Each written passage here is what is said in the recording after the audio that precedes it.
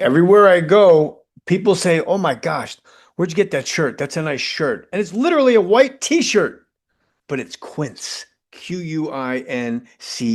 I wear my nice Quince khaki pants, a nice white t-shirt. I walk in, I look like $1,000,000. It's such a simple outfit, but when it's Quince, I look like I'm dressed up because I am dressed up in Quince. It's a new year. You got colder days. This is the moment your winter wardrobe really has to deliver. If you're craving a winter reset, start with pieces truly made to last season after season. Quince brings together premium materials, thoughtful design, and enduring quality, so you stay warm, look sharp, and feel your best all season long. Don't believe me? Watch the podcast. Look at me wearing my Quince clothing. I look like $1,000,000. Don't you want to look as handsome as me? You can. The wool coat, incredible. The cashmere sweater, warm, fancy. Feels good when you put them on. When's the last time you put clothing on that felt good on your body? Yeah, now we're talking. Refresh your winter wardrobe with Quince. Go to quince.com/more stories for free shipping and 365-day returns. Quince, QUINCE.com/more stories. Free shipping and 365-day returns. Quince.com/more stories. Everywhere I go, people say you look handsome when I'm wearing Quince.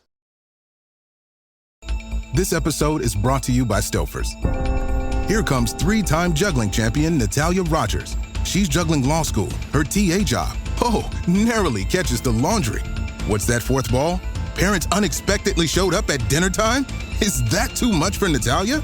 Not with Stouffer's Chicken Alfredo and its mouth-watering mix of Asiago, Romano, and Parmesan. When you're juggling four things at once and the clock strikes dinner, think Stouffer's. This is your fix. I am your host, Stassi Schroeder. Welcome to Tell Me Lies, the official podcast. What's the most unhinged thing of season 3? Steven, because he's so evil. I do think he is misunderstood. You see everyone face consequences. It's intoxicating. The writers just know how to trick you. There's always a twist in this show. Tell Me Lies, the official podcast, January 6th, and stream the new season of Tell Me Lies January 13th on Hulu and Hulu on Disney+. Put your name on it. Just put your name on it. That's all I say. Be a man or a woman. Put your name on it.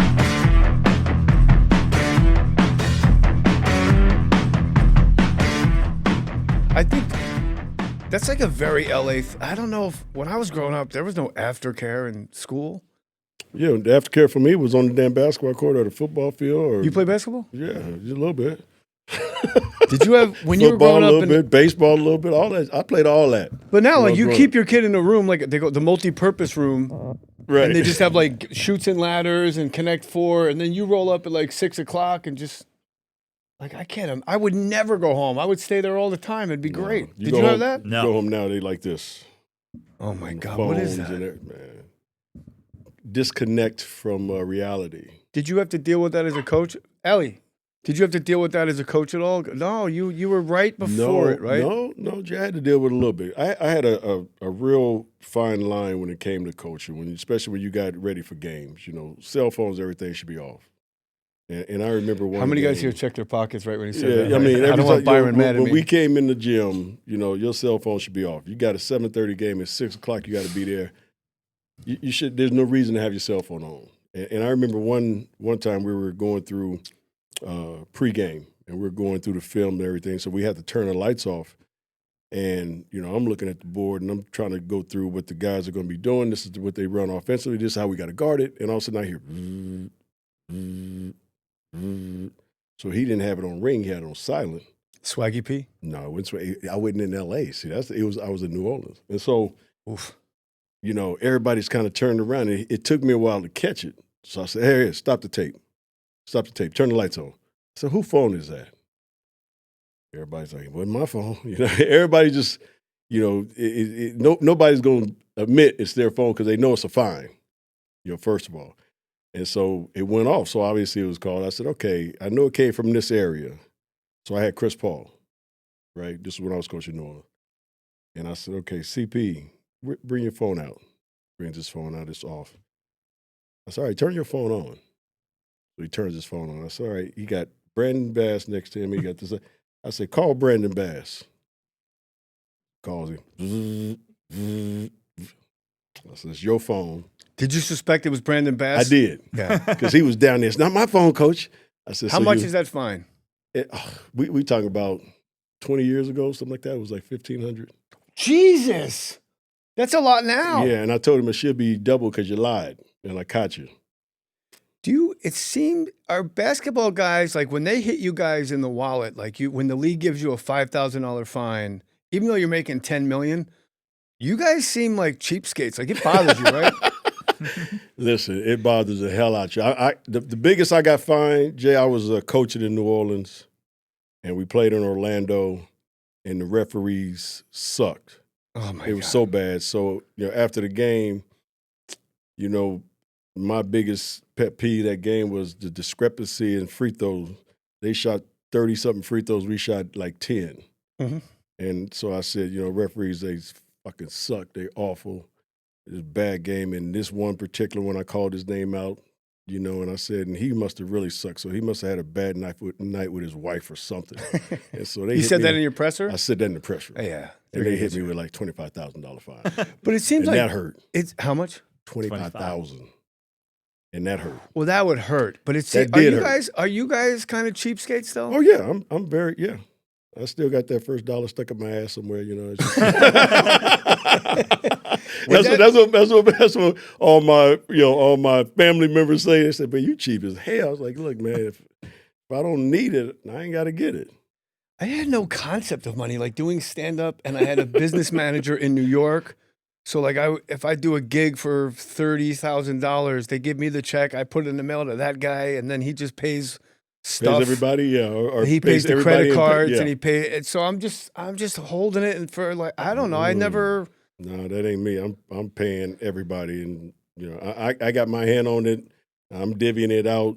I'm paying all the bills. I want to make sure I know exactly where it's going. Well, you take care of a lot of people, though. No, I used to take care of my mom and dad. My mom passed away 8 years ago. I took care of my little sisters for a little while until they got on their feet. But my list is short.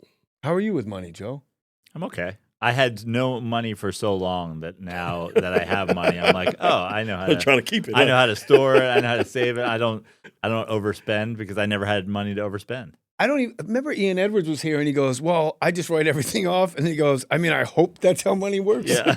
Like, that's how I am. Like, I don't write everything off. Off. You get to write in comedy. Like, if I go to the movies, I'm like, yeah, I'm going to talk about this on stage. I'll write it off. Like, everything gets written off. See, that's pretty good. But when people talk to me about like, well, what's the capital? I'm like, I'm not sure what that means. Right. That means money, right? Like, what's your money? Like, Yeah, I'm that really an kinda idiot. means money, I'd be yeah. the easiest guy, like how Kareem's business manager took all his money. Yeah. I'm amazed that hasn't happened to me. Yeah. Because I am an absolute idiot. And I knew then that if somebody could take Cap's money, as smart as he is, I said, that means all of us could get taken if we're not paying attention. So he taught me a lot, playing with the Lakers, sitting next to him for 6 years. He taught me a lot about finance, a lot about, being too trustworthy, and allowing people to have access to your money, giving power of attorney. He was like, don't ever do that. So I learned. You do that on your deathbed. I learned a lot of stuff from Cap, man, at an early age. So when you watch a show, first of all, I got to give a shout out to Morningside High. Walter, Yes, sir. Walter goes, do you know where he went to high school, right? I'm like, oh, hell, Morningside High. Yes, It's like the Dunbar High of the West Coast. And it's not there anymore. No. What was your guys' mascot? It was a monarch. It was a lion. Well, King don't say of the that jungle. like we all know it. Shit, it's the king of the Monarch. Come on, we King covered, of the jungle. That's what it was. We covered this in the pregame. Yeah, king of the jungle. And what did you average a game in high school? I don't know, 28, 29, somewhere in there, 27. And was Arizona State, couldn't have been, how many colleges came for Byron Scott? Pretty much everybody on the West Coast and a lot of colleges on the Midwest. I pretty much told, like, the first college that was East Coast that sent me a letter as far as recruiting was St. John's. And I made a quick point. I said, I'm not going East Coast. I'm not going back to the East. I'm not dealing with code and all that stuff. So that cut all them out right away. Was that Louis? Yeah. Carnesecca? Yeah. God, he coached And forever. he was so good. You would have been there with Mullen and Yeah, I was a little ahead of them. Yeah, you were. I was a little ahead of them. But you don't Mullen age. and Mark Jackson and all that stuff. You don't age. Yeah, I'm trying my best not to, but I do. Believe me, I wake up hurting every morning. Really? What? Man, I wake up and I, make sure I lean and sit on the side of the bed for about a minute before I even try to get up. And then when I get up, I got the first 3 or 4 steps of, and then everything kind of. You ever do this? That's how I know I'm getting old. You ever do this? You put your shoes and socks on. You put on one sock, and then you just sit there and think about the world for like. I put on one sock and I sit there for like 5 minutes, just I like. do that almost every day, Like, but not 5 minutes. I'll just put on one sock and a shoe, and I'll wait about And I just sit there like a minute, what and am then I'll do the other one. Then I'll take another minute. Then I'll get up. I was like, I don't know when these walls were painted. And Jay, you're not even. I'm 55. Yeah, I'm. How old are you? I'm 65 next in Hey, March. black don't crack, Black baby. don't crack. Come on now. Come on now. Black don't crack. So I got some questions about players, and you can't, I was in New York, me and Walt, we watched Jeremy Lin when he was like born. Yeah. And yeah. I've never in my life The insanity. experienced, it was, you were too. It was crazy. Yeah. It was so, and I know we won games because of him. Yeah. And then there's like a riff with Melo, something. Do guys like Melo, did they actually get angry that this guy's getting all the hype? Because that was the thing in New York, like, oh, Melo ran him out. I don't see. I don't see that. You don't I think really that happens today with the Oh, I think Lakers, it with happens. LeBron and Luka? No, I don't. I think it's at a point now with LeBron. I think, and again, this is my take on it. I think he's at a point in his career where he understands that he has to take a backseat. If he wants to really win, he's 41 years old, 42, whatever he is. He can't do it on a night-to-night basis like he used to. You bring in a guy like Luka who can and is willing to take the big shots. He's willing to be the GOAT or the hero. It takes a lot of pressure off of LeBron. So I can't see LeBron being, upset, angry, jealous, none of that. I just don't see it. Was And- Carmelo, was that a real thing? I don't know if Carmelo was. Again, that's a situation I wasn't, very close to. I Yeah, heard but rumors you and all. hear. Yeah, I heard rumors, but But word on the street is word on the street. yeah, but I just don't. So what was word on the street? Word on the street is that he pissed him off and Carmelo. I knew we'd get to it. But I love Carmelo. I just don't see that. Oh, I coming love from, Melo. I don't And- see that coming from Melo. But again, you know what? We you never know. You never know. Mike Woodson, I loved the hire when he came to the Knicks. He moved Melo to the 4, and I don't know what it was, but for 2 years I watched Melo get 9 boards a night. Like it was working. Remember that? Melo was an offensive machine. Though. Raymond Felton, the Penguin at the point. I was like, how is this guy a pro athlete? I got a shot. Looked like you. Raymond looked like you, Walt. So what the hell is going on? You got Rich Paul. Yeah. I don't know if this has ever happened because social media wasn't a thing until like the last 5 years. Mm-hmm. So you got an agent of a superstar openly talking about how if he ran the team, you would trade another superstar, and Austin Reeves is now a superstar. Yeah. He's a folk yeah, legend. He's a star. He's a star. Yeah, he's come from a So he's gonna different get level max. to Super another aggressive. level. So I don't know if he's superstar status, but he is a star. Yeah, so you got an agent, Right.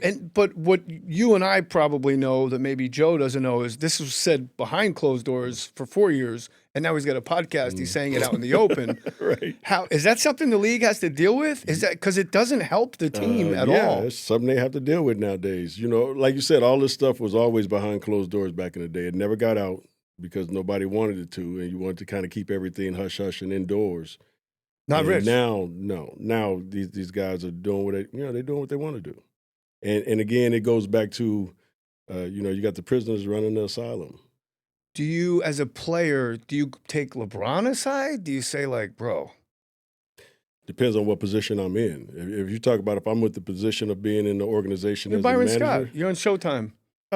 if I saw LeBron and had a chance to talk to him, But LeBron would- didn't say it. no, but I It's would the tell him, agent. Rich, who I love, you got to tell Rich to chill. It just seems You gotta like tell- you gotta it's tell almost Rich like to a chill, 'cause weird it's- kind of tampering. Yeah, and it is. It is. And it's just, to me, it's just a little bit of a lack of respect that you're showing the organization that you're with. You just don't, you don't bring out your dirty laundry like that. You really don't. You keep it behind closed doors. You guys talk about it, but you don't bring it out in the open like that and say, if I was running the team. When that know. hits your algorithm on Instagram or something, do you just shake your head and be Yeah, like, I get why? goosebumps, and I'm like, what the You know what I learned from what my the wife? hell? everything you read in the media, every quote, there's someone benefits from Always. that quote. So Always. a clutch guy, if Austin gets traded, a clutch guy comes in. It's like something maybe. Always. It's just like golf. Every shot in golf makes somebody happy, right? Right? You're a It's the guy- huge it's- golfer, right? Yeah, I love golf. It's like if I hit a great shot, the guy I'm betting against, he ain't happy about me hitting a great shot. I hit a terrible shot, he happy as hell. I'm the one that's mad. So same thing in this industry right now. All these little things that are being said, you got to take a little bit of take it for a little grain of salt. Everything that's going to be said, it's going to have some truth to it Yeah, as well. but if you're telling if you're telling a international audience that the team would be better off if I pack my bags and go somewhere else, and I'm averaging 26 a night, It's almost like you're trying to force them to trade you. or You know what I'm saying? Yeah, You're but the trying to only put it move- on their mind, and but you actually force them in a way where now you become untradeable. Yeah, I yeah. can't trade this guy, even if I wanted to trade him for something. But the other thing is, Jay, who's going to trade for him?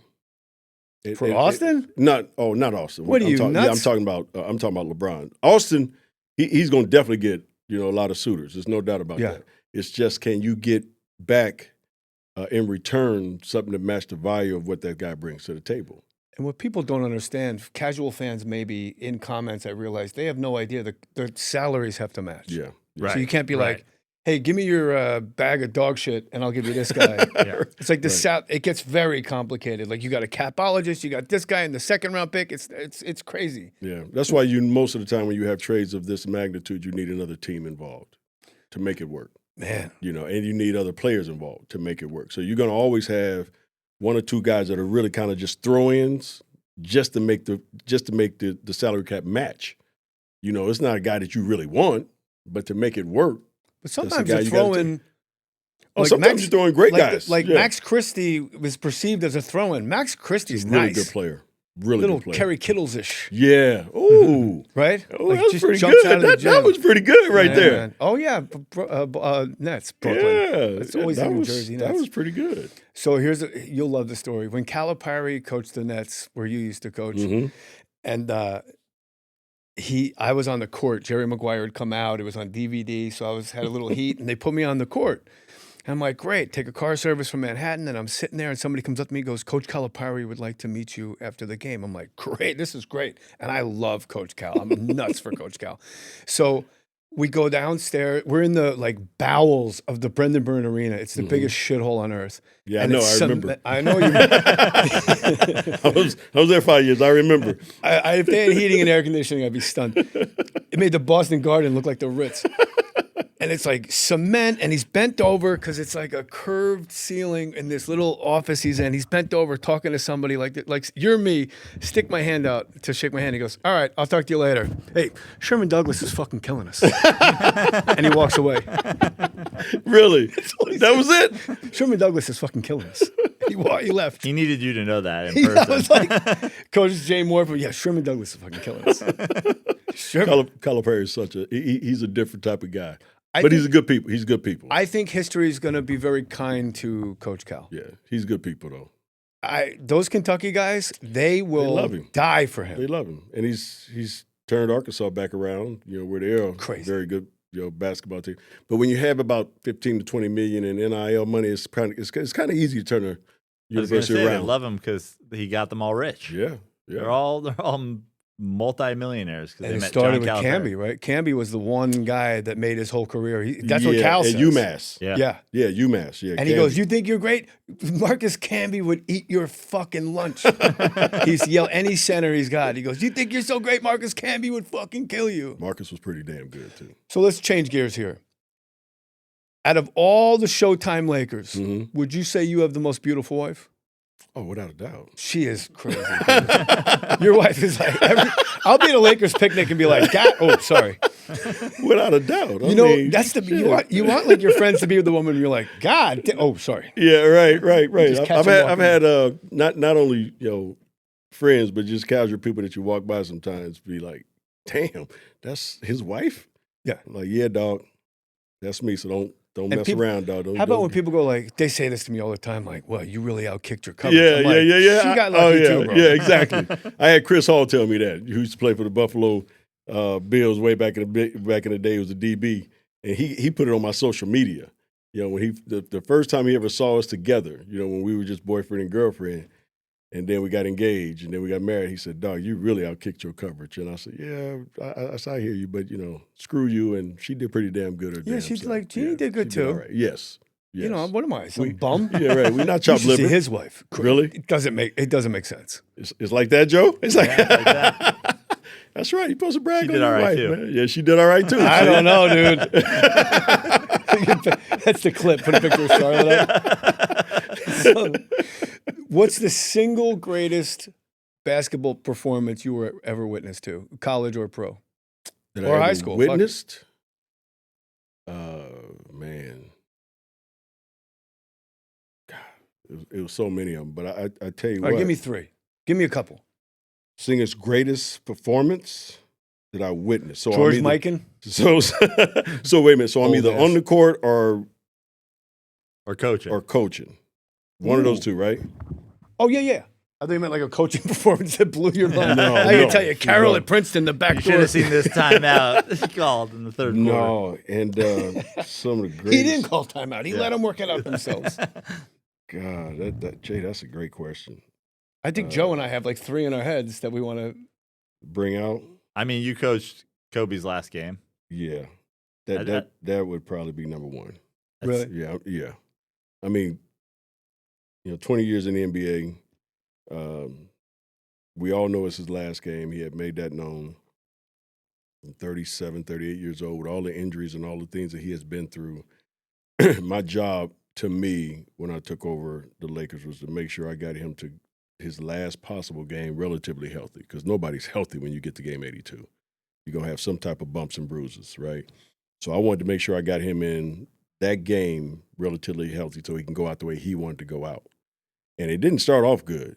I mean, if you guys remember, he was like 0 for 5. He couldn't hit nothing. And I was standing there like, man, I just don't want him to go out this way. And then he got fouled, hit a couple of free throws, and it seemed like the floodgates just opened. So 60 points in his final game in the NBA, not let alone in a Laker uniform, for 20 years with the Lakers, is one of the greatest performances I've ever seen. And I don't think we'll see anything like that in our lifetime. Not at 20 years. Not at 20 years in the league. MJ wasn't even close to 60 points. Oh, You with know, that so- 45 on his back was so Yeah. sad. Oh, Was there a yeah. point in that game where Utah just let him do his thing? No, Or Joe, do you I- think they were fighting That's the a whole Jerry game? Sloan team, no, right? it was Quinn's team at the time. He took Andrew over Quinn McCarthy, Snyder, yeah. Quinn Yeah, Snyder. yeah. And Andrew McCarthy. Great Pyrenees. But you guys know, you've been around the athletes enough to know that Totally. they have a lot of pride. So they're not just going to let you score. You know what I'm saying? So when that game got tighter and we were just like, we would come to the bench timeouts and my coach would say, what are you going to run? I said, I'm going to run, get a ball to Kobe, get the hell out the way. I said, it don't take a genius to understand how he's playing right now. Move, let him play. Set a pick and roll if he needs it, and then get the hell out the way. Keep your spacing. Let him do his thing. All right? So when you get to that point in the game, number one, as an opponent, you're still trying to win. And number two, you don't want to be embarrassed. So to say, like a lot of people say, yeah, I think they just no, Utah was not trying to let him score. He just was on a roll. And like you said, it's something that we will not see again in our lifetime. So that's number one. Number two for me is Kareem Abdul-Jabbar after the Memorial Day massacre, where we got just the shit beat out of us, by 44 points in the Boston Garden in game one of the 80, I think it was 87, the 87 NBA Finals. And we had 4 days to mull it over. And Pat Riley just ate us up. Film Riley's sessions, the just just rewind. This guy's just beating your ass. He's up and down the court. Look at you. I mean, he just look at you while you rewind it, and you see it again. He look back at you. I mean, he just gave us a 2-hour slashing in film, and then we went to the court. So we ended up losing the game on Monday, but we had till like Friday or Saturday to get ready for game two, which was probably the worst thing that could happen because we had all those days to think about it. And for Kareem not only game 2, but just the rest of that series to average like 37 and 15 or 16 rebounds at 37 years old was amazing to see how serious he took, the slashing that Pat Riley gave. Pat Riley was just telling him, Parrish is kicking your ass. Oh, wow. Is Robert Parrish underrated? Yeah, Robert Parrish was the chief. Even though he's in the Hall of Fame. Yeah, the chief. Yeah, but is he underrated? Yeah. It's hard to say that about somebody in the Hall of Fame, but we talk about it on this podcast a lot. Things that are impossibly great and they're still underrated. Yeah. Like the movie Goodfellas, the Beatles, Robert Parrish. Yeah, like the chief was underrated because he was a hell of a center. Jamal Wilkes. Underrated. Right. The Silk Man was bad, man. I asked Jeannie, who's the most underrated Laker of all time? She said Derek Fisher. That might be true. I told her she was high. D-Fish has been on. D-Fish, 5 championships. I mean, D-Fish was a serious piece to the puzzle, with the Lakers. And, you're talking about somebody that was just tough, hit big shots, didn't take no shit from anybody on both ends of the floor. And he was that glue guy. When he took that job at Crespi High, we're all like, oh, shit. Crespi High is going to be no joke. Yeah. And then he coached Matt Barnes' kids. And they cool. That's amazing. They cool. I mean, that shows maturity. D-Fish seems like one of the best examples of not letting the outside affect what work. Mm-hmm. Like what he went through with his daughter. What, you have eye cancer? Yeah. Oof. Yeah. And he's like, no, I want to, let me coach here at better hospitals. Like Yeah. you never get a vibe from D-Fish that there's chaos at home. Right. I think that's and the there was a great lot thing. of chaos. Oh, without a doubt. And that's the great thing about D-Fish. That old saying, never let them see you sweat type thing. You would never know what's going on in his household or in his life in general with what's going on because of the outside noise, because he's able to just kind of not allow that to kind of penetrate. Yeah. And just keep that force field around him and say, I'm not going to let this bother me. Because at the end of the day, you still got to come in and do your job. And I think he was great at understanding keeping everything separate, And sometimes, to be honest with you, sometimes being on that court, that's your safe haven. That's your outlet. Yeah. You can get away from all this other noise. You'll deal with it again once the game is over, but it's like a comic going on stage. Yeah, in the meantime, getting out there is your sanctuary. That's this is what I can place control. You can be. Yeah. You can't control what people are saying on the outside. Who should be in the Hall of Fame that isn't? Or who's in the Hall of Fame that shouldn't be? I haven't seen one guy that's in the Hall of Fame that shouldn't be, to be honest with you. Who should be? Dino Rogers in the Hall of Fame. Okay, maybe one. Maybe one. No, but you know what? They have the foreigners get in. Yeah, they got to get the foreigners in. Dino Rogers in the Hall of Fame? Yeah, Dino Rogers in there. Well, let's just put Sasha in while we're here. Fuck it. Yeah, there's probably a few European guys that shouldn't be in there. Well, it is the basketball Hall of Fame. Well, yeah, he scored 40 points a game in Poland. But still, there's a few that shouldn't be. Dino now, as far Rogers. as guys that should be, I don't know. I would have to. No, keep it positive. We would have to be sitting there with a list, and I would be like, yeah, he should be, or he should be, or he should be not. Stuff Bill like Laimbeer. Because of the WNBA championships. Because of WNBA championships. Because it is supposed to be what you've been able to achieve overall. To the game of basketball. Not just what you did on the basketball court, but your contributions off it as well, or as a coach like Bill Laimbeer has done. I mean, he did extremely well in the WNBA. Did you ever coach No. Mm-mm. No. How much harder do you think that is than coaching men? I think it's easier. Really? Why? Women are more receptive to listening to you give them instructions on You how married? to play the game. Yes. But The fuck are you talking she about? doesn't play basketball. And they play below the rim. 99% of them play below the rim. So their game is built on fundamentals, and it's built on IQ. It's not built on athleticism. Where the men game is built on athleticism now. If you're a great athlete in the NBA and you have a high basketball IQ and you have great fundamentals, you're a superstar. I saw a Liberty game back when it was Rebecca Lobo, before it was huge. Mm-hmm.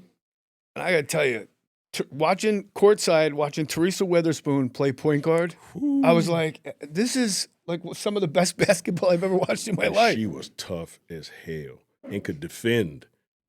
Great on-the-ball defender. was Teresa Weatherspoon. I get used that to one? love watching her play. So They got a little they having a WNBA. little thing going on. Huh? Who's your favorite guy you ever coached? Oh, that's a loaded question because I got a bunch of them. I know who it ain't. It's probably about 13 guys. Yeah, I mean, Chris wearing Paul is purple. one of my favorite all time, and then obviously Kobe. Okay, let's take because of Chris the Paul. relationship. Chris Paul cheats at the All-Star game, the skills challenge. How? It was something like you have to. Do you remember this? Yeah. It was last Yeah. year. It was him and Victor Wembanyama Okay. are teamed up, and it was you have to. You only get like a half-second deduction or something like that if you throw it in if you miss the. So he just like He didn't found care. a loophole. runaround to I was one. about to say that sounds like Chris though. He'll find a loophole. Yeah. So they get disqualified, and it's like Victor Wembanyama's first All-Star game. It's kind of a big deal. Now this guy goes down with Chris, and when they come up to Chris Paul and Victor Wembanyama on camera and go, "You guys have been disqualified," Chris is like, eh. I'm like, if I'm Victor, I'm like, don't You're kick pissed me. off, right? Yeah, Yeah. I'm 7'8". Let me get some. He's wow. Talking about a player. Chris But- Paul's like that though, Yeah, right? but Chris wants to win at everything, and he takes it personal. And I love him. I mean, he was one of the best competitors I've ever been around. Extremely smart, understood the game extremely well, and he was tough. He'll hold you He accountable, was right? tough on his teammates. He held So- them accountable. Yep. Once you get to elder statesman status, you're 35, 36, 37 years old, you're playing 16, 18, 20 minutes. hmm Is there a shelf life on holding guys accountable?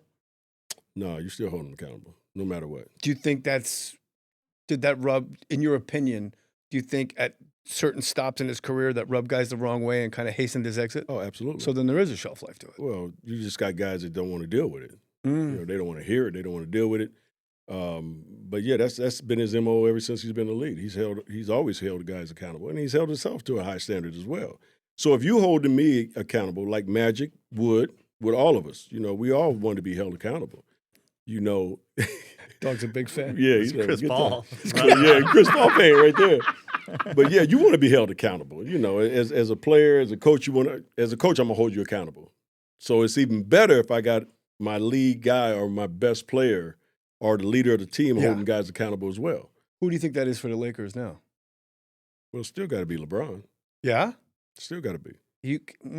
Can you be that interested in it when you have that much, when you're already a billionaire? Mhm. Is that the hustle to be a billionaire?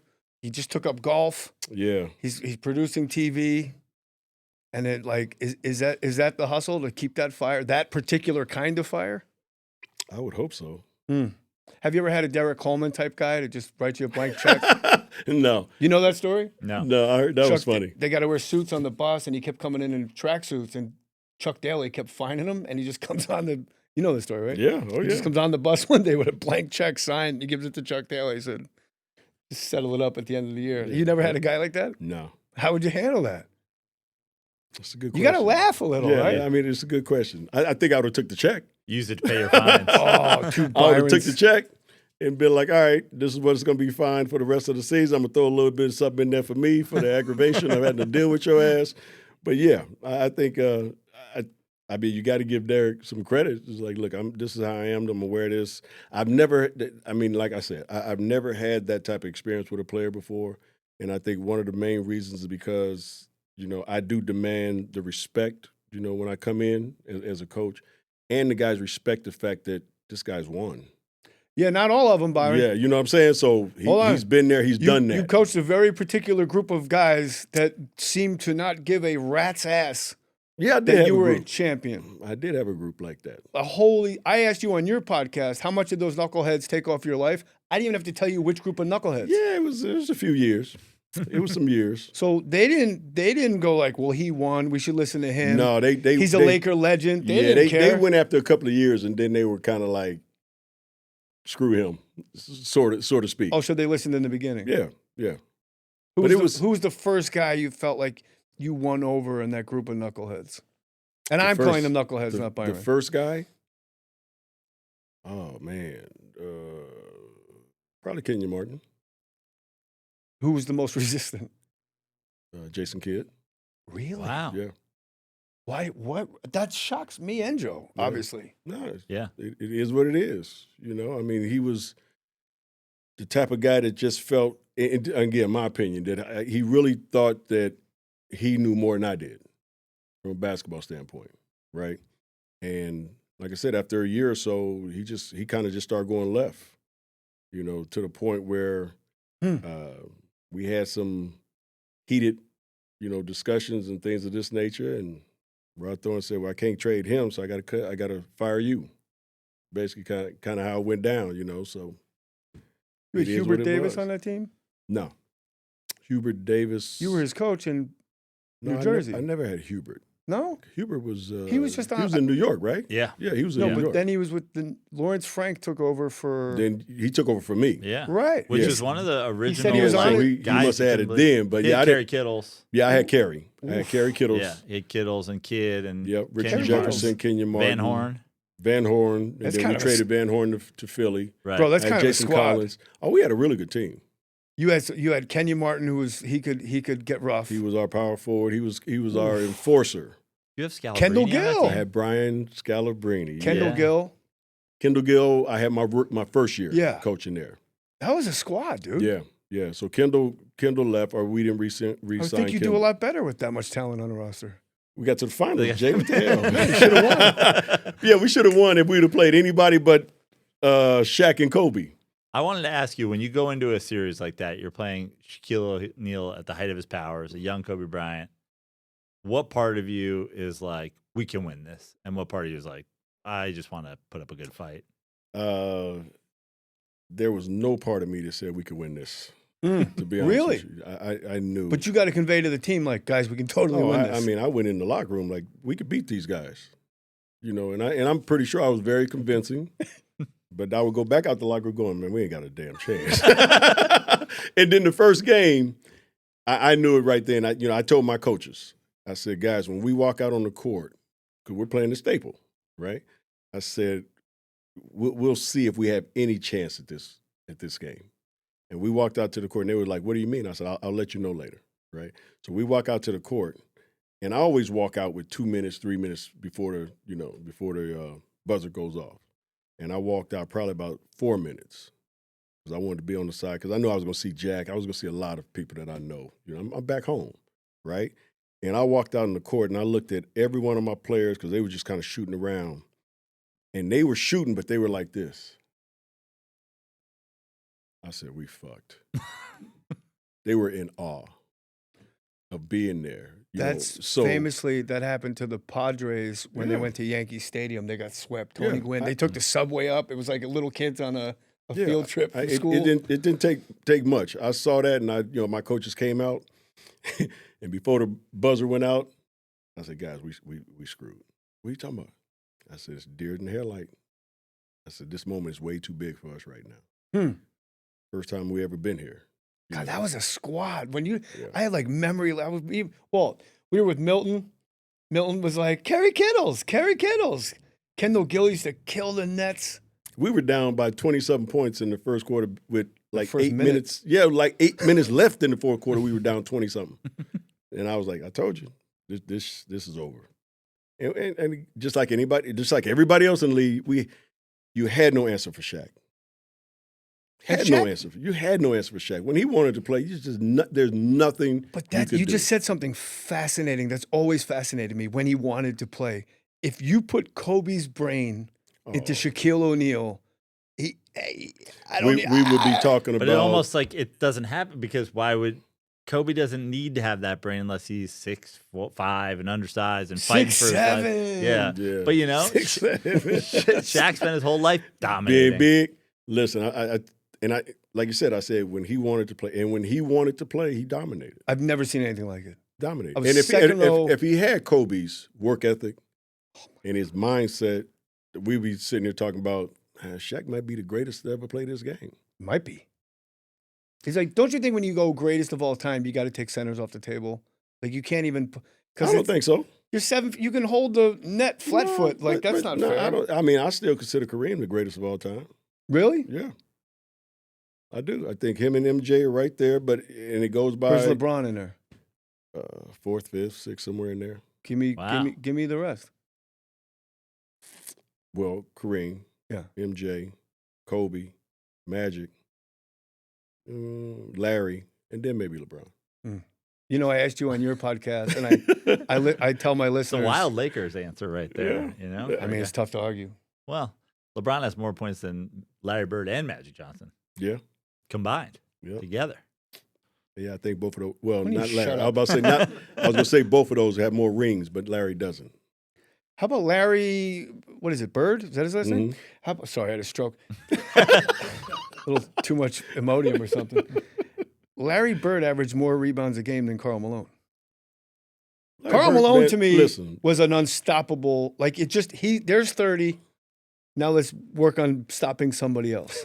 Like how do you stop Karl Malone? It's like when you play against your dad. It's a freight train in When a I used to- uniform, but Larry Bird, man, people Best trash talker of all time? best by far. Tell me. Not even a question. Really? Not even a question. But- Talk more shit than anybody I've ever seen on a basketball court. I swear to God. What did he say to The you? whole Did you game. ever have to guard him? Oh, Yeah, you I did. never guarded him, but I had to rotate to try to, contest his shot. He was like, Scott, you jump high, but you don't jump that high. You ain't getting that. Shoot it. I fly by him, pat me on the ass while I'm going by. I mean, the dude was unbelievable. And as I said in the 30 for 30, best of enemies, I said, I guess it ain't shit talking if you can back it up, because he would tell us where he's going. I'm going to catch it over here. I'm going to shoot it. Ain't shit y'all can do about it. He'd tell you to play. How do you say all that while you're running around? He just would. It's like pro wrestling. You clinch for a But second. he you would say it sometimes, I would say 90% of the time, you're about to take the ball out on the side, right? So referee has the ball. He's already telling you what they're about to do before the referee gives the ball to his teammate. He's telling you what the play is. Yeah. I'm going over here to the corner. I'm going to catch it. Ain't shit y'all can do about it. Referee said, "Brrr," hit the ball. Run over there to the corner, catch it, and shoot a three. Did he ever tell you a fake play and you ran that? You No, ran the wrong way. no. That's what I would do. No, I go, but- just so you know, I'm going to go over here and you go over there. And I Save go, that for the finals. Yeah, but the Yeah, dude, there you go. man, I'm telling you, the dude, people do not talk about him enough.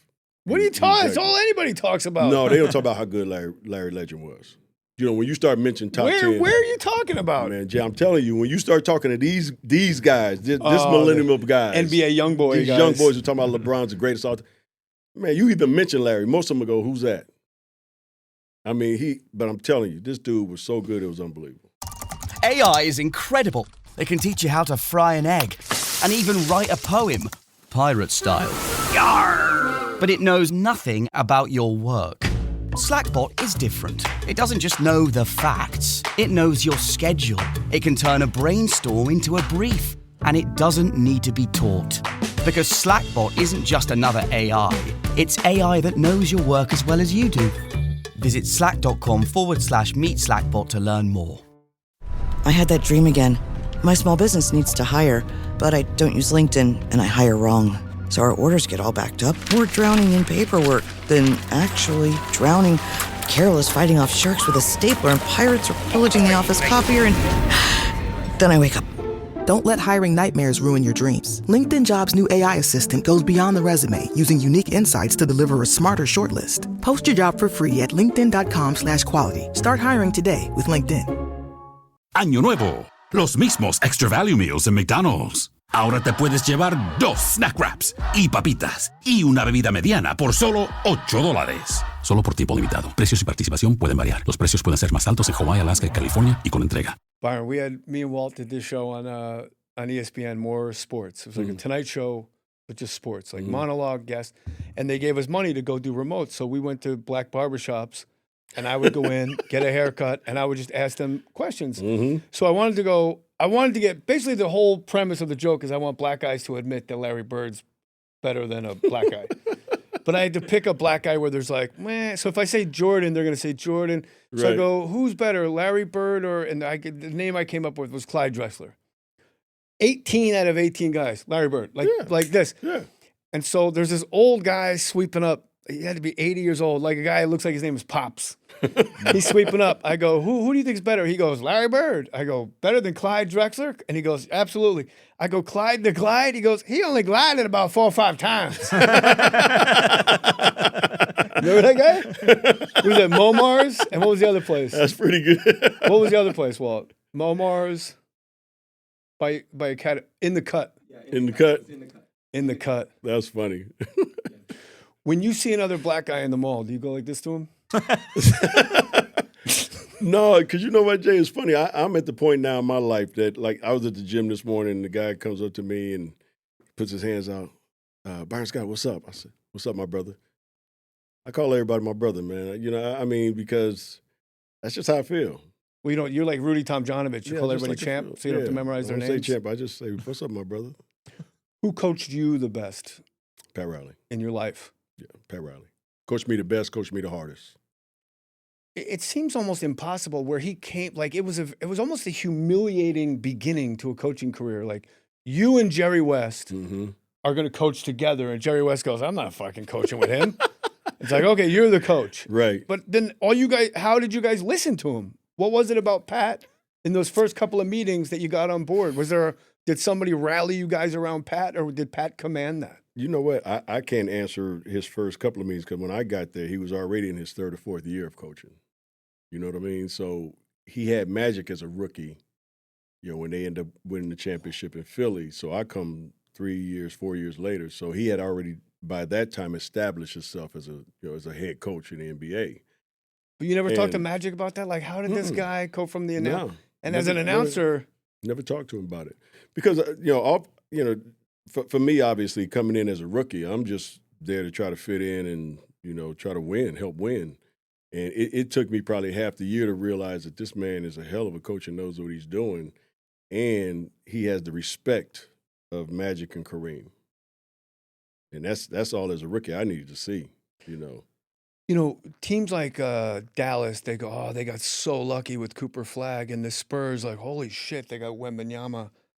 I don't think, like you said, that this generation, they have no idea how lucky the Lakers got.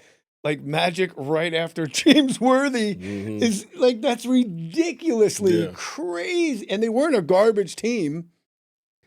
So when you come in as a rookie and you say, quote unquote, having to learn your role, what is your role? What does somebody sit you down and go, this is what I want out of you, young man? Yeah, Pat Riley. What did he say? What was your role? He sit me down. He said, 3 things that I need you to do. I said, okay, Rounds. And this is probably, midway through the season. And because I was playing at the beginning of the season, then I went through a 4-game stretch where he sit me on the bench and just kind of played some other guys. And I kept hearing from all the coaches, hey, just hang in there, keep working hard. And I was like, no, I'm a rookie. This ain't bothering me whatsoever that I'm not playing. I'm going to just work my ass off and get back in that rotation. But he came to me and he sat me down. He said, 3 things I need you to do. I need you to defend. And he kept it this simple: defend, run, and score. So that's all I need. Can you do that? I said, yes, sir. And I carried that in coaching with myself. Every coaching job that I had, I would have 3x5 cards, and I would have a player's name on it, and these are the 3 things I need you to do. I can't. So there's no misunderstanding. There's no going to the press talking about, well, I don't know my role. Bullshit. You hand each guy a card? Every one of them. You're not going to believe this. When I coach wrestling, you see guys coming off the mat, and the coach is like, listen, you got to, first of all, you're wearing headgear. You're in a gym. Everything's echoey as shit. Right. And you just got in a fight. So you don't know what. So the 3x5, the index cards, I'll write whatever I wanted to, and you got to keep it brief. Like, you can lose a guy. If you talk too much to a guy, you can lose him. I learned that in this podcast. Yeah. Gene Simmons lost me. So I'll write on the index card, something, and then they take that index. You give it to the guy. He takes it home. He leaves it on his nightstand. His wife goes, what's this? He goes, oh, that's my role with the team. So now the family's talking about it. Do I throw it out? What do I do? It's like nothing's better than something. Barry Katz always says that. Nothing better than a handwritten note, man. Yeah. Because, again, you can never go back, and that's what guys do in professional sports. You hear it all the time. Wow. I never knew my role. Well, I was like, no. You ain't going to never be able to use that as an excuse. I'm going to tell you your role. I'm going to hand you your role. I'm going to tell you face to face. We're going to talk about what I need. Every now and then you have a player say, well, I can do more. I say, yeah, but I don't need you to do more. I need you to do these 3 things. That's it. Did you play defense, run, and score? That's it. Everybody's was. It's kind of a Jedi mind trick because you're asking them to do all 3 facets of the game. Yeah, but to play defense. Want to rebound. Yeah, to play defense. Oh yeah, don't rebound. Yeah, to play defense. Well, no, that is defense. Is rebounding considered defense? Not really. No, not really. But defend was on everybody's top of the list. Yes. Now Rebounding, obviously, that's your big guys, that's your power forwards and things of that nature. So that wasn't on everybody's. Run wasn't on everybody. So I had to make sure that I establish a fact that this is exactly what I need you to do. Your car is not going to be like everybody else's. But for you, like I said, I had a guy, I said, this is what I need you to do. He said, I can do more than that. I said, well, I don't need you to do more than that. It takes a special guy like Rick Fox when they got him on the Lakers, he was averaging probably 20 a night. And then it's like, no, I don't need you to score here. I need you to just be a pain in the ass on defense. And he went down to like 8 points a night. Yeah. But like you said, it takes a special guy to understand that, the change in that role is better for the team. It's not maybe better for you from an individual standpoint. Yeah. But as a whole, it's going to be better for you. If you give up that little bit of, scoring that you're so used to doing for the betterment of the team and we win championships. So, Walt, I don't think these are big sports guys, but I'll open it to Joe and Walt. So, Showtime versus the Celtics. I asked Byron this on his podcast. You guys should go watch it, subscribe to it, follow it, do your thing, support us, support him. I asked him Showtime Lakers versus those Celtics teams. Tell me a guy on the Celtics that was overrated. What do you think his answer was? A guy on the Celtics who's overrated during those championship runs. Yeah. Well, we know it wasn't the Chief. Who do you got? Danny Ainge. Who do you got? An overrated Celtic. He said, I think they were all overrated. Angry brother. I love that. He is so fun to have around. What a stupid ass. You remember what your answer was? I don't. You said none of them. You said not a single guy on those Celtics teams was overrated. That's what you told me on your. Maybe you were lying. I believe that. But now you're second guessing Danny Ainge. No, not Danny Ainge. I didn't think Danny Ainge was overrated. But I do have one that I do think of now that was overrated. That's ML Carr. Oh, that would be the only one for me. The rest of the guys, Danny, DJ, Robert, Larry, Kevin, all them guys. I'm going to say Walton. Walton. See, Bill Walton to me, he wasn't overrated. There's nothing not to love. Yeah. Put respect on his name. No, I was just big time. There was a certain. He was in a certain era when he was coming off the bench for Boston. He had 5 different ankles. No, I know. I'm the world's biggest Bill Walton fan. I have a Bill Walton Celtics jersey in a frame in my house, and I'm a Knicks fan. So I was just throwing it out there, trying to get an answer. I'm with you. I love Big Bill. And did anybody get more out of life? Anybody that you've ever known? No. Did anybody squeeze life dry? He loved life so much, and I love Big Bill. I did basketball camps with Bill together, and we had a lot of fun together. Did Bill Walton get you to listen to the Grateful Dead? No, but he did get me in the teepee. The teepee in his backyard. Wait a minute. And I didn't do the peace pipe, but he got me in there. I had a couple of drinks while he was doing his peace pipe and everything. We had a good time. So I got contact high, of course. But Bill 6'10" Walton and 6'7" sitting around a teepee. Bill Walton, when healthy, if he would have stayed healthy his career, we'd be talking about him as one of the greatest centers of all time as well. Bro, you look at the shoes they wore. Like those old, those Converse shoes that that Dr. J kind of made famous. You walk around in them things, you can twist your ankle, let alone being on the basketball court and try to play in them things with all the cutting and running and stuff you got to do because there's no padding, there's no support in those shoes whatsoever. No, none. And I'm surprised that guys didn't. Sometimes your shoes tear their feet up even more so. Sometimes your shoes can affect your career.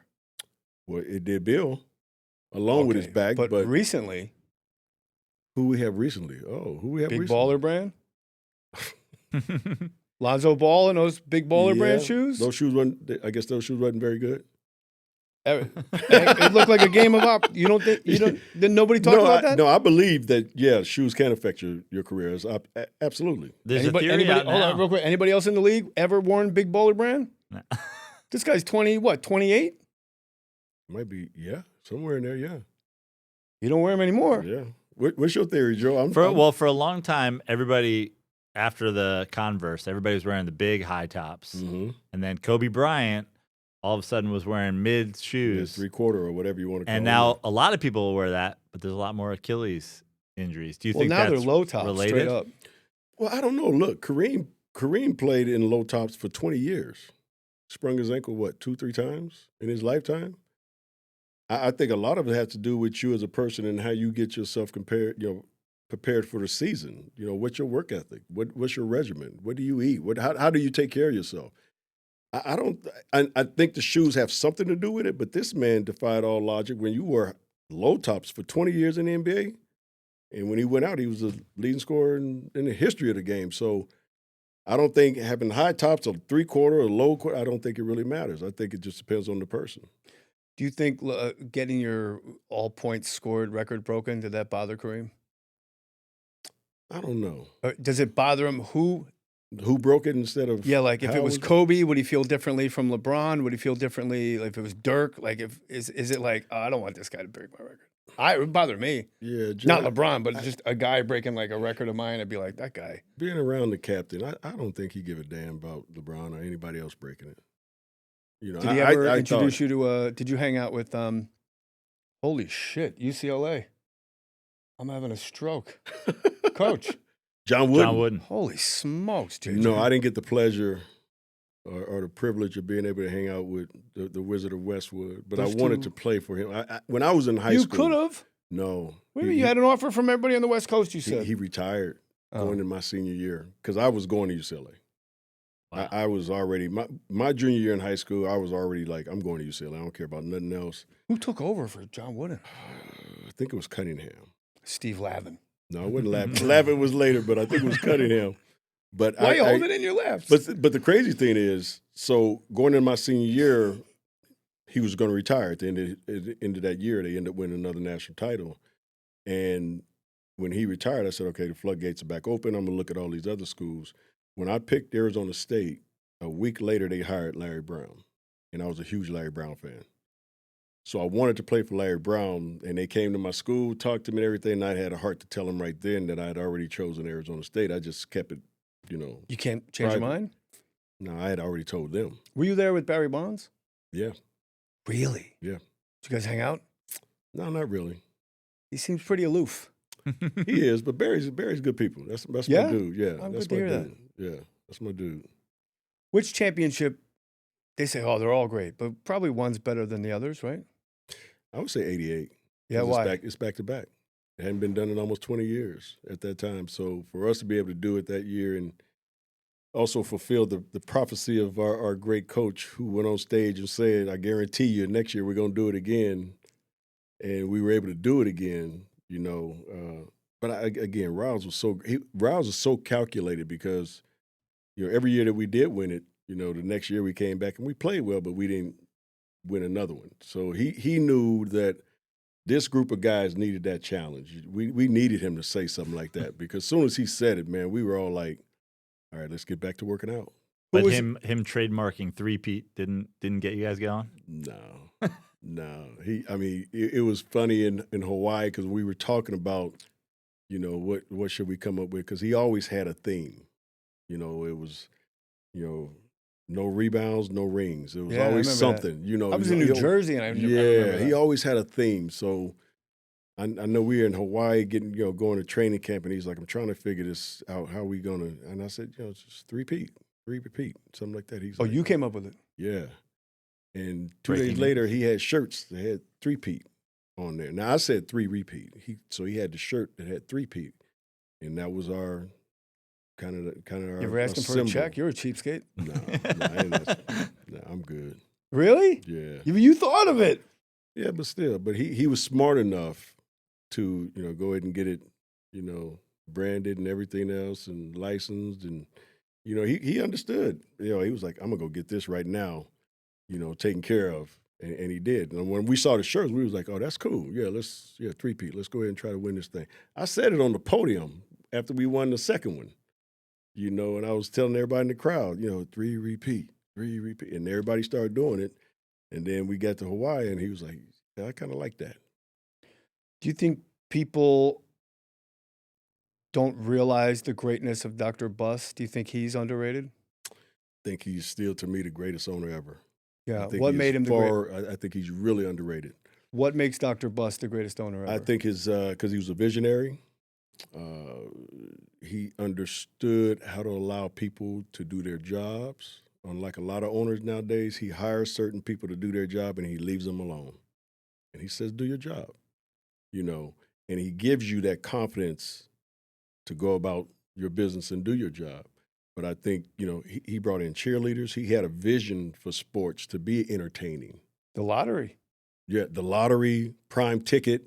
He came up with so many things that we look back on and go, man, Dr. Buss had his hand in so many other things that a lot of people don't know of. Jeannie told me this morning. Back when you were playing, they thought if you watch it on TV, it was bad for the business. Mm-hmm. Well, if they watch it on TV, that's why the NFL was so late to their shit with the blackouts. Mm-hmm. Like, well, if they watch it on TV, they won't come to the game, so we'll black it out on TV, so they have to come to the game. Get out of here. Right. And Dr. Buss with Prime Ticket, she goes, Jeannie, only 17,000 people can go to the Forum. With Prime Ticket, we're making the Forum bigger. Yeah. I was We're like, expanding it. Like he And literally we're going thought, to charge him. We're going to charge him a little package to be able to watch every one of our games. And like you said, he was a genius. He just thought outside the box. I think that's not more than outside the anybody. box. That's 180 degrees in the opposite direction of how everyone was thinking. Exactly. That's why I said, to me, he's the greatest owner of all times because all the things that he was allowed to or able to put his handprint on and make that is, today we see it as, okay, every team has cheerleaders. Every team has. Hey, some of them are a little rough. Yeah, that's true too. But every team team has them. We got the NBA package, and you see there's no commercials. When you Right. watch it on your streaming, you see the cameras of what's happening in the arena during the timeouts. Woo! Yeah, some of them got dudes. Yes. Hey! And some of those chicks are rough. Yeah, but we got it made. But you got it in every team. And this is something that Dr. Buss thought of years ago. Yeah. Way, way before anybody was thinking like this. So to me, he's the greatest. When you owners of get all time. drafted you're drafted by the San Diego Clippers. Correct. And then you correct. get traded to LA and to play for the Lakers that are in the midst of what they were in the middle of. What's your reaction in that moment? Like going from a lottery pick to the Lakers. You know what, Joe? It was funny because getting drafted by the Clippers, I was like, I'm happy because I'm close to home. You're home, yeah. I get to play in front of my family and everything. And then I get a call from Jerry West saying, we're going to trade you and get you here to the purple and gold. I was like, you got to be fucking kidding me. I was a big Laker fan. I was a big Jerry West fan. Elgin Baylor, Chamberlain, Goodrich, all those guys. I used to watch them all the time. So being able to be traded to my hometown team that I loved, I was like ecstatic, And the fact, like you just said, as a rookie, I'm going to have a chance to win a championship like right away. I ain't got to go on a bad team and, bust my ass and average 20-something points a game, but don't make the playoffs, win 15, 20, 30 games and sit at home and watch these save guys that for all when the you were time. coaching. Yeah. Yeah, I did. No, just the one stop. Just here. No, a couple of times. I had to get, take. So, Well, I mean, the job's open for a reason, right? Right. Job's open for a reason. And, sometimes you got to take what you can get. I don't know why I shouted that. Yeah. They open for Do you a have any reason. but regrets? None. None? None. Okay, no regrets. Is there a situation you think to yourself, if I could go back and just do this, we would have won a title? No, because we still had to play Shaq and Kobe. And we still Yeah. had to play Tim Duncan and Tony Parker and Ginobili. We were the best team in the East by far. That's when the East was way less than Competitive, the West. yeah, way And less. now It wasn't it's even close. just It's fucking- now it's like now it's even. crazy. Yeah, now it's like even. But the West is still like But the West is Wild still, West. Yeah, but it was the Lakers and Spurs. When they were going at it in the Western Conference Finals, you pretty much knew whoever came out was going to win the championship. Yeah. You know what I mean? And we knew that. But we also figured, like the Spurs, we lost to them 4-2. We lost to the Lakers. We got swept. We had no chance. But the Spurs, I felt we had a fighting chance, but we were going to have to play perfect basketball. In today, if I feel like your teams in New Jersey were a little bit ahead of their time, do you think if that was being played in today's NBA, that you have a better chance? Oh yeah, we would be pretty good. Explain that. What? Yeah. I mean, you had Jason Kidd, who was running a high-powered offense. He's rebounding. He's playing defense. They're playing sort of outside to inside, whereas they're going up against Shaq and Duncan, throw it down in the post, let big guys dominate. Right. No one really does that anymore. I feel like, especially with the type of they players played offense from the had. outside in. Yeah, because we didn't have post players. Yeah. We had Jason Collins, who was a great defender. extremely smart, understood how to play the game, great passer from the post, but we didn't put him in the post. We put him in the mid-post. We put him in the elbow, right? Because he wasn't a post-up player. So in today's game, that team I had then would be, really good. Take Collins right out of there, get another small guy, play. Yeah. He really put Kenyon at 5. There you go. I would put Kenyon at 5 with that team that we had playing in today's game, because just like That's like Draymond Green would Draymond, go with Golden State. Who was Without the a gay doubt. player? Who's the what? Who was the gay player? Jason's Did that brother, Jaron Collins. Collins. Does that affect team chemistry? Well, he kept it a secret, Oh, okay. for a long time. But there were it's- signs. Yeah. Oh, I'm sure. Erections during showers. Listen. Erections during showers. So There were listen, even- signs. there, like you said, there were signs. Even, Really? I'm just making a no, joke. seriously. Even from a coaching standpoint, if you look close enough, you could kind of figure out, because after every game, guys got girls everywhere. And then That there's guy's that always one guy watching that never RuPaul's had Drag girls. Race. Then there's the one guy that never had girls around. So you start wondering, maybe he don't like girls or whatever the case may be. So there are signs, like you said, but in that locker room. Is the league ready for an openly gay player? Yeah, I think so. Yeah, who cares? Yeah, who gives a shit now? Like my son. Just don't hit on me. My- That's all. Just don't hit on me. But Like my 14-year-old matter. son, that generation has. They don't know what racism is, and they don't know what homophobia is. Yes. They go to Who private cares? schools where some kid dresses up like a fox every day. They don't fucking for real. I go, is that No, kid? but seriously, that's how it should be. Yeah. It shouldn't matter, right? It really If shouldn't you give me matter. 18 tonight, Yeah, you Now- give me 18 and 10 tonight, we really in good shape. but if he dips to 12 and 5, do you go, look, you Say, gay? what's happening with you? No, I'm gonna be more like, all right, what you doing at night now? You're not getting enough sleep. What's going on with you? You talk about some players not having girls around. The Showtime Lakers had a lot of girls around, but they also had AC Green. Yeah. Is that something that's he didn't have discussed or girls kicked around. around in the locker room? No, AC didn't have girls around, but we knew why. AC was Born again. born again Christian. He was waiting, and we understood that. We respected that, just like he respected us. We didn't throw the girls in his face, and he didn't throw the good book in our face. So it was just a mutual respect and understanding that, listen, we know that you're a God-fearing man, and we are not, and we're just gonna go out there and have fun. We are not, we're just gonna go out my there God and wants have me to fun. party. We all believe in our Heavenly Father, but man, we're gonna have fun out here and enjoy ourselves. And the good thing for us back in those days is that you didn't have cell phones with cameras and video Oh, my recorders and God, all that you stuff guys. going on. So we got lucky as far as that's concerned. You would think somebody would have told Elgin Baylor at some time that his wig looked like that. What makes you think somebody didn't? Because he would have changed. We're all. Hey, It looked like a he geranium. might- hey, look. Again, we are creatures that think our shit don't stink. So you could have told him, and he'd be like, "Man, I don't know what you talking about. I look good. What you talking about?" So you never know. There's Jay. a couple wigs that like Pam Oliver. Jay, you never know. You never know. Pam Oliver on the sideline. I'm like, sister, come on. It ain't that windy. You're in a dome. Has there ever been a player you played with a hairpiece? Not that I can think of. No. And I guess I would know, right? They got to get in the shower and all that fuck stuff. They I'm would say just- like, well, how would you know? It's like, come on, bro. Right, I guess I would, but no, not that I know of. Get in No. the shower. Hold on to this for me. Right. Or stick it against the wall, and Oh, I never had to deal with that. Buddy, thanks for coming by. Man, I it's was my so pleasure. happy you were Thank coming. Thank you, Jay. I appreciate it. During my nap time. Mine too. Yeah, I love. Hey, see, we on that same That's why we page, look baby. so good. We on the same Every page. day? Every day. Every day, 2 to Every 3. day. What do you Before I watch? go pick up my granddaughter, I'm like, I got to take this 30 Do you put minute the nap. TV on? Yeah. What's on when you take your nap? Whatever. Right now, I'm into Tulsa King. I'm old. That's too exciting for See, me. I like that. I watch the I like shoot old- 'em up, bang bang. I like the old, gangster. But don't you lay in bed? Don't you find yourself going like this? You're laying in bed. You go because something sounds exciting. You keep your eye No. open. First of all, when I take a nap, it's on the couch. I don't go to bed. I'm just kind of laying on the couch, and I got it on, and I put the alarm on just so I can get my 30, 45 minutes. Yeah. I don't want to sleep too What long. is it and all about us? that. Like I get Man, I feel. I need a halftime from myself. Yeah, I wake up, I feel great. I'm ready for the rest of the day. Amazing. And you know my wife. She has a spa, business that she runs. No, I didn't know that. Yeah, she has a medical spa that she runs. So she does all that Botox, laser hair removal, weight loss stuff. All What that part of stuff. town? Northridge.